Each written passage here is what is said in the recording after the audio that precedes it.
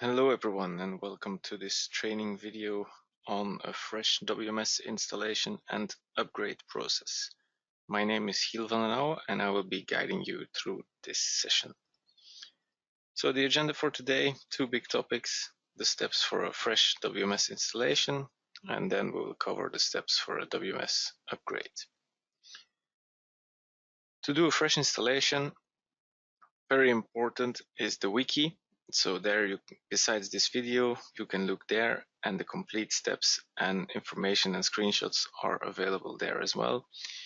Here you have an overview of the steps that we will perform during a fresh install of the WMS. I will not cover them at this point. This is just to give you an overview. We will dive into the details next. So the first point is requesting a WMS demo license. This is done through the portal. If you don't know how to do that, you can go to the wiki page, which you can see here, and there is a link on the bottom left that says requesting a Produmex license, and there is a guide that shows you how to do it on the portal. Second step is download and install all the prerequisites. So you can see the list of prerequisites there on the wiki. There's two subsets. The first set is something that you usually already should have installed on any SAP server, being Windows Server, MSQL or HANA, Business One and its tools. So those should typically already be installed. And then the second set of prerequisites that you need to download and install will be very specific for the WMS. So there's a .NET framework 4.6.2, SQL native client or ODBC driver, HANA client if HANA is used, and Crystal Reports basic runtime for Visual Studio 2008. And you can see below the box it says some of the prerequisites are available here. That's a link to the FTP where you can download some of these prerequisites. Once we've downloaded the zip file from the installation page, we have it stored on our system. So the idea is that we put it in a folder that we know where it is because we will use it a lot. So create a specific folder to store the unzipped files. On a multi-server environment, it's best to use a shared folder. In my example, I've just created a folder on the C drive, Produmex, and created an install there and put my files there. Whenever you are unzipping the file, unzip it to a folder with the same name as the zip file. So if you do that on 7-zip, for example, it looks like that, and you click right, extract to a folder. So then you end up with what you can see here, with each folder representing a specific version of the WMS file that we will use later on. So once we have unzipped the zip file, we can go into the Produmex Suite installer. It's located inside the unzipped file. It's in a folder with your SAP version, in my case 9.3, and then a folder called Suite Installer. And there you can see an application called Produmex Suite Installer.executable, and that's is the tool that we will use to perform the installation. When we come to my live system, you can see this is where we are, and we have my previous versions unzipped here, and my latest version where I just downloaded the zip file from, I unzipped it here, and that is the folder that we will use. So I will now go to the Suite installer, which, as I said, was located in the 9.3 folder, and then in the Produmex Suite installer folder. Then I can typically order by type so that my application is shown up easy here, and that's the Produmex Suite installer that we're looking for. And to start it up, run it as an administrator. You get our ULA that you have to accept, and then you come to this screen, which I will explain first in the slides. So the next step is to configure this Produmex Suite installer. And for that, we need to fill SAP and database server related information.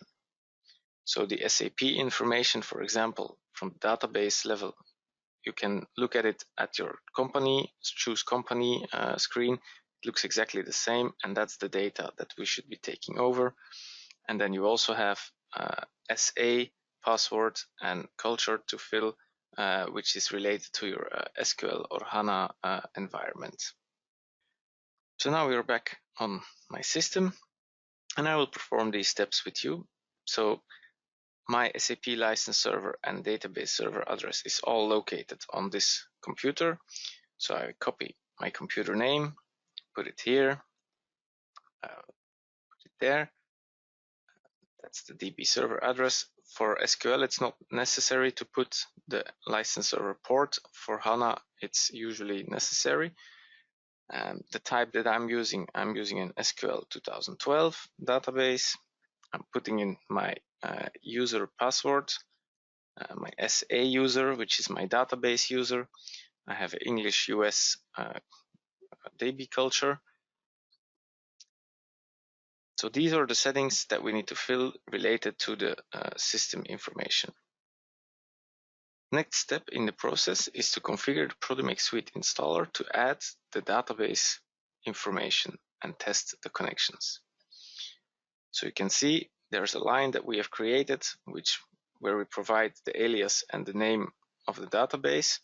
Usually we recommend to keep the alias and the name of the database the same, just so it's easier. Then you put in the SAP username and its password. So in my case, I used the manager user. Your first database you will always set up as a production environment because it's needed for licensing. It's only in a later stage when you want to test new versions, then you could install as a test. And once you've set up that database, make sure to test your sub correction and the direct connection, and you should have a result that looks similar to that. So I come back here to my environment, and I will use my SAP Business One to get the correct database information. To make sure I have a specifically created e-learning database, so I'm copying the name of the database, going back to my Suite installer, I paste it in the alias column, and I also paste it in the database, company database name. Then I'm going to put in my manager user and my manager password, and then I will test my connections. So I will test my direct connection. That is a direct SQL connection in this case, and it says yes, it works. And now I will test the SAP connection. This usually takes a bit longer, but it says okay, database version 9.3, and the test was succeeded, so we successfully connected to this database. And we can continue with the next step in the installation process. In the next step, we will create a new tab for every system where we need to install WMS components on. In this example, I only have one system, one computer, and I want to install all my components on there. But this could be separated over multiple servers. For example, if you have an SAP server where you install specific components, and you might have some remote desktop servers where you install other components, for example, the scanner, the FAT client. So, and this is how it works. I'm going to use my computer name because that's the current computer that I'm on.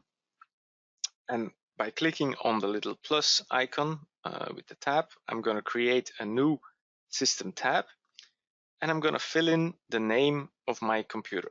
That's to make it easier so you can in the future see which server should have which component installed. It's very intuitive if you just use the name of the computer as the name of the tab, and then there will be no confusion as to what has to be installed on which server. So when we come back to my system, like I said, I will copy the computer name, and I will click on the plus icon to create a new system. I'm going to hit paste and create my new system. So you can see, because I'm installing in 32-bit, he defaulted to this folder. Of course, you could change the folder if you want to, but these are the default folders. And then we will install the required components. So when we come to the screen to install the components, there are 3 minimal components that we always need to install on any given system to be able to work with the WMS. This is the tools, the license server, and the FAT client. So when we come back to the system, we can see all the components listed here, and we will indicate that we need the tools, the license server, and the FAT client, as we said. Then I will install first the tools, then I will install the license server. He's asking me for the database. I only have one, so I will confirm that database will be used. Now he's giving me a message for the installation number that will be used for licensing later. Now he's installing all the necessary requirements. So that's also done. You can see it's changing to it says the installed version. And then finally, we need to install the FAT client. So the installation part is now ready. The next step will be the configuration of the tools. So in the next step, we will run the configuration of the tools on the config button on the tools line level. When we come to the system, we see the button here. So I click the button. It shows me my databases that I have available. At this point, I have only one. So I can keep that one selected and hit the run button. Then by default, you don't have to change anything here. You can just leave it as is and hit the start button. This process will take a couple of minutes depending on the size of your database. So I will now speed up the video.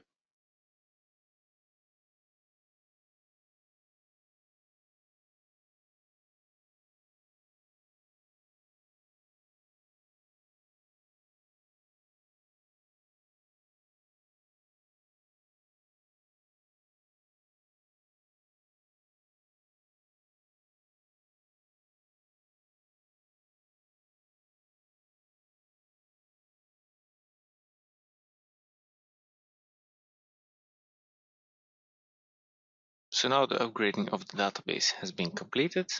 The final thing to do is to push the add-on files to the database. For that, you can click on the Select All button on the screen that just opened and then hit the Upload button.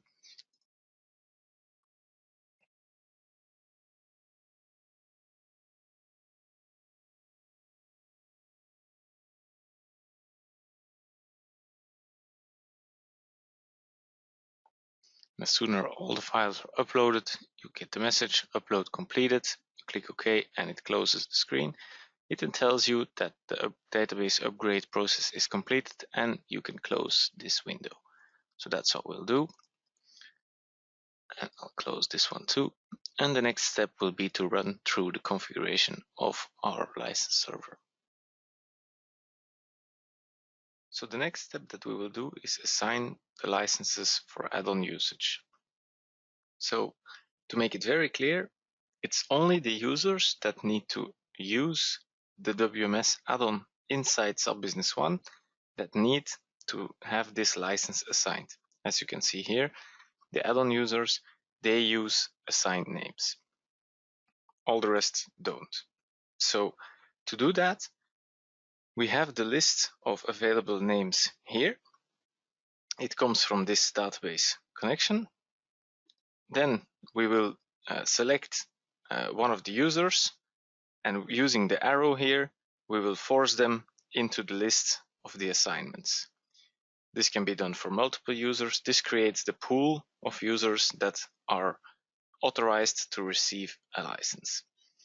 Once we've built our list of assigned users, we will save the configuration and restart the service. So here we are back at the system. To launch the license configurator, I can click on this config button. it shows me this little screen where I have to run my license configurator. It gives me a message that my automatic license file was loaded from the portal. So this is done based on your system and installation number.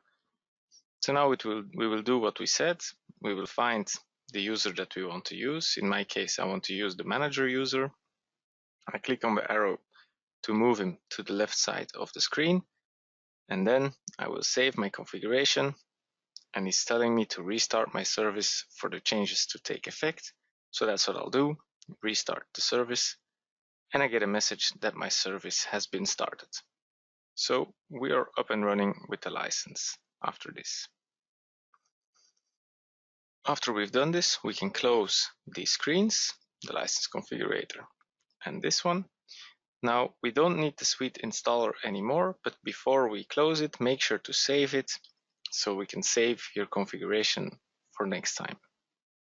The next step in the process is the adaptation of the store procedure. To do that, open SQL or HANA Studio and find the PMX SP transaction notification store procedure. We will open it, so clicking right, modify in SQL or opening the definition in HANA. And on the bottom, we will find a commented section with a start and an end part, and that is the part that we want to copy. So it's this part that's highlighted here. We're going to select that part and copy it. Next, we're going to find the SBO SP transaction notification, so the one from standard SAP, and we're also going to modify that.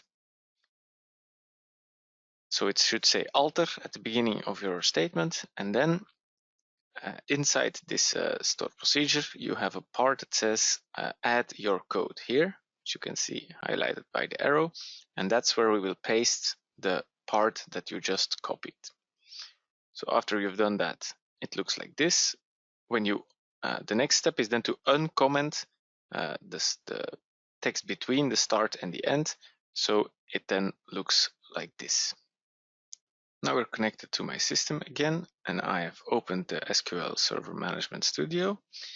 The database that I'm working on is here. It's the e-learning database.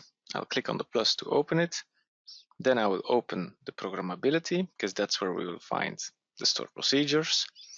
And I'll click plus to open that. It's going to open the big list. And now I'm going to find, first of all, the Produmex store procedure. So it's PMX SP transaction notification. It's this one.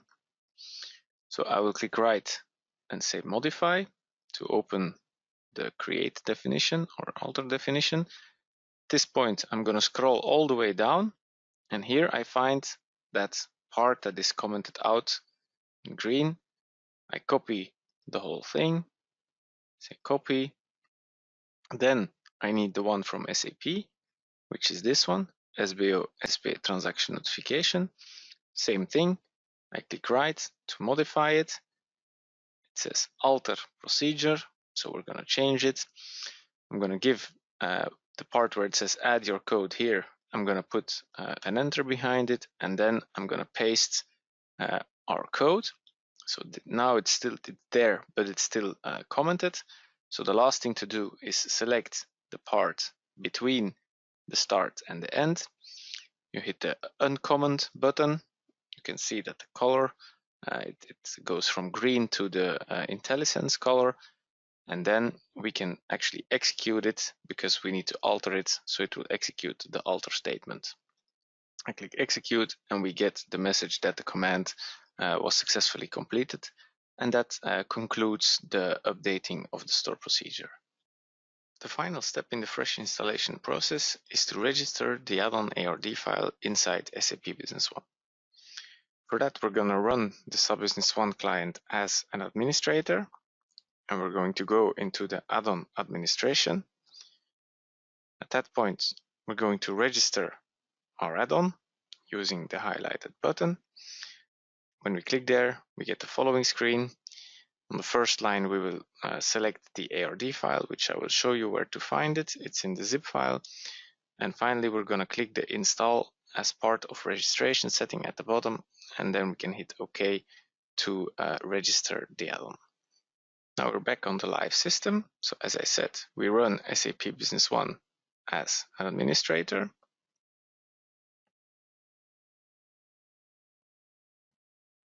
I'm going to sign in to my database.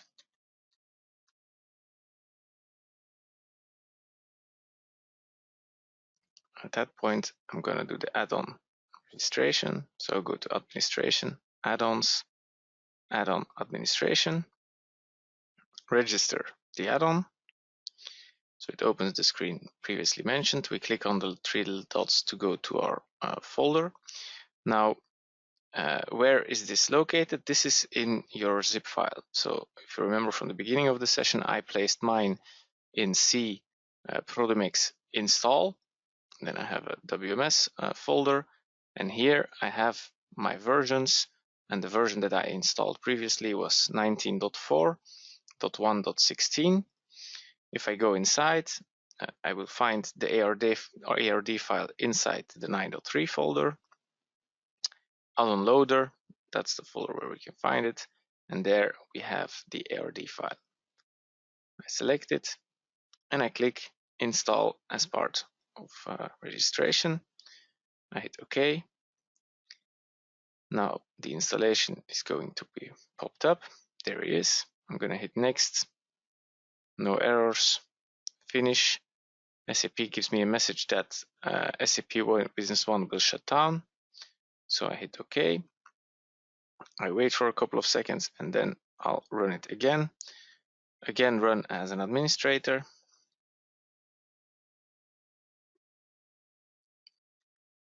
Signing in. You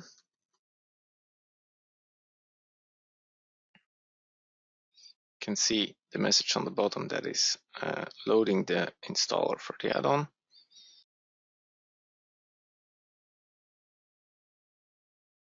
So I think the steps were finished.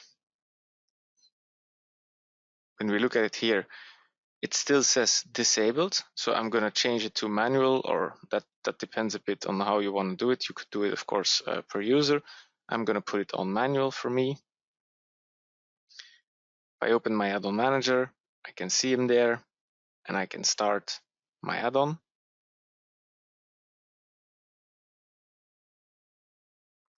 So first time we get this screen, we can see that the database is not completely up to date yet, so I'll have to hit the update database button. The moment that I do that, it confirms that it's up to date.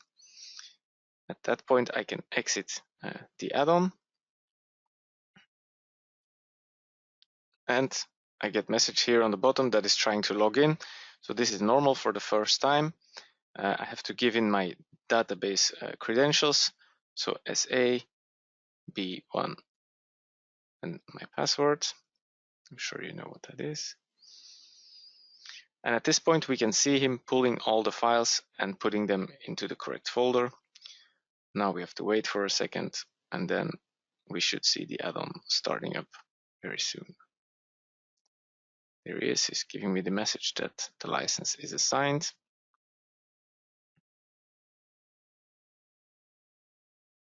And there is my button. So you can test if your license is working properly by trying to open your inventory report. If you get this message, this screen, and you don't get an error message, that means that your license is working fine. So this concludes the WMS Fresh installation. Next phase of the video talks about steps for a WMS upgrade. All the information is of course available on the wiki, where you can see the link. And then I've given a highlight, an overview of the steps that we will run through. We will run through them in detail. So the first step is to download and unzip the WMS folder into a fixed and shared location. So this is similar as when you do initial installation. Make sure you know where you store the zip file when you download a new version. So same on a multi-server environment, it's best to use a shared folder. And when you unzip the zip file, make sure to unzip it into the same folder name. So what you can see here is these are my older versions, so 19.3 and 19.4.16. And then I downloaded a new one, which is that 19.4.1.17, and that's the new unzipped version folder that I have created. Once we've done that, we're going to copy the Produmex install config file, which contains all the configuration about your environment and about the databases. And we're going to copy it from the old installation folder to the new folder. So you can see that I'm currently in the old folder in my previous version, in version 16, rather than the 17 that I want to upgrade to. And I'm going to go into the Suite Installer folder. There you can order by the date modified column, because it's usually the latest modified file. And when you save the configuration initially, it created that file. So the file name is Produmex install config.xml. That's the file we're looking for. We're going to copy this file into our clipboard, and we're going to paste it into our new unzipped file on the same location. So also on the Produmex Suite installer, but it will not be version 16, it will be version 17, where we paste this file. So when we come back to my system, we can see all our unzipped folders here. This is the previous version, version 16, that we initially installed with, and now I want to upgrade to version 17. So we go to the older version, we go to the 9.3 Suite installer folder, and there, indeed, when we order by date modified, we see this file, Produmex install config.xml, an XML document that we will have to copy, so we don't need to do all the configuration again. So I'm going to go back to my head folder, where I have the version 17 as well. I go inside 9.3 Suite installer, and here I can paste this file. So this is to copy all the configuration about the databases and the servers and everything. And once it's there, we can continue with the installation process. So to do the upgrade process, we will run the Suite installer as we did before with the initial installation, and we will uninstall all the old versions and install the new versions for all the required components. So in our case, it was the tools, the license server, and the FAT client. So those are the three lines that we are looking for. You can see that the installed version is still version 16, and that the available version is version 17 that we can install. So we have to click the uninstall button, and then we'll click the install button. So we'll uninstall version 16 and we will install version 17. And after we've done that, we will run the tools config to upgrade the database to that latest version. So here we're back at the live system. I'm still in my Suite installer folder. I'm going to order by type so I can see the application that I'm looking for, which is the Suite installer. I'm going to run it as an administrator. End user license agreement, and click accept. Now notice that when it opens the tool, it automatically opens it on the tab of the computer that we are on now. This is the advantage of using those same names and assigning that system to this computer. So and it all immediately shows me everything that I have to do. So notice that everything that we had set in general is still there. This comes from our config file. So here I'm going to do, like we said, uninstall, for example, the tools, uninstall the license server. It's going to take a second because it has to delete the service, which usually takes a little bit longer, but there it is. Then I can also uninstall the FAT client. There it is. And then I can install again. So install the tools.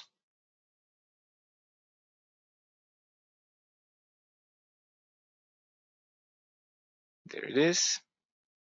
Install the license server. Get that message again, probably for the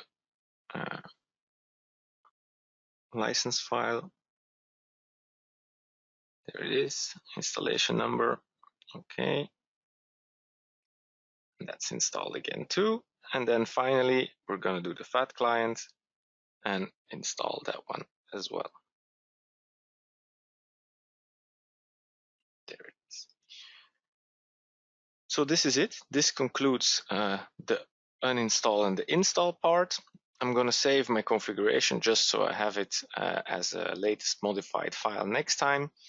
And then finally on the tools line, I'm going to run my config to do the so-called upgrade of the database. This will take a lot less time than the initial installation because it will have to do a lot less.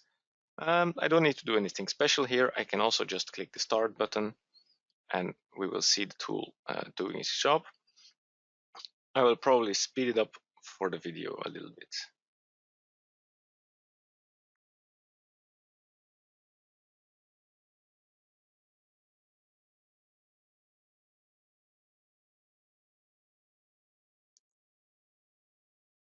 When the database upgrade process has completed, we can see this upload form open again. We will upload all the files. So to do that, we will click on the select all button that we have on the right. And then I'm going to click the upload button to upload the files. And we can see the files are being uploaded.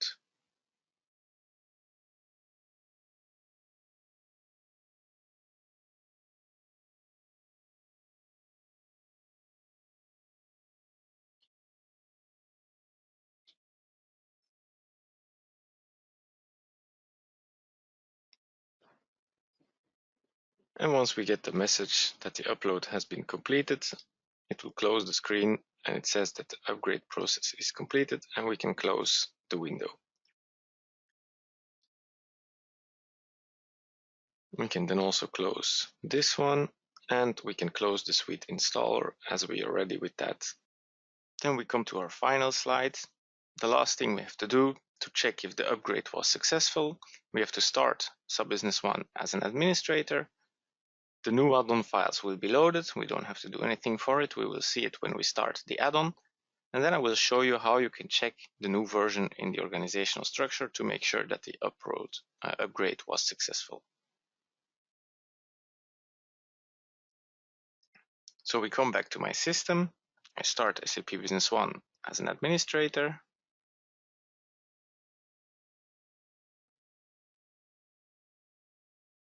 Quickly switch company. This is my e-learning database. Sign in.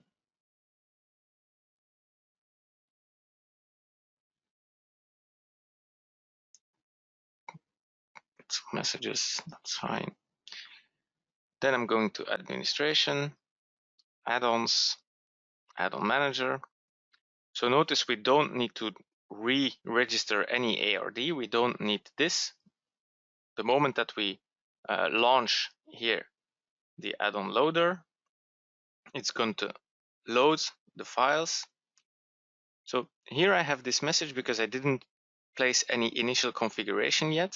I didn't create a company yet, which we will see in the later videos. That's why I need to set my database credentials again. If you would have already created the structure, then the system wouldn't ask for this. And what you can see behind is that is updating the files to version 17. So that's what we want to see. All the files that we pushed into the database are now pulled out again and to be used on this server. So if we wait one more second, we will see the add-on appearing.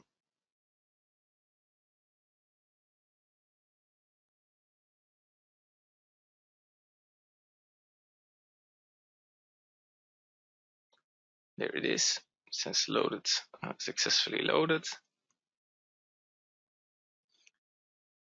So, and then where can you check your version? When you go into Produmex and you go to the organizational structure, this is where you see the actual version here in the header, 19.4.1.17.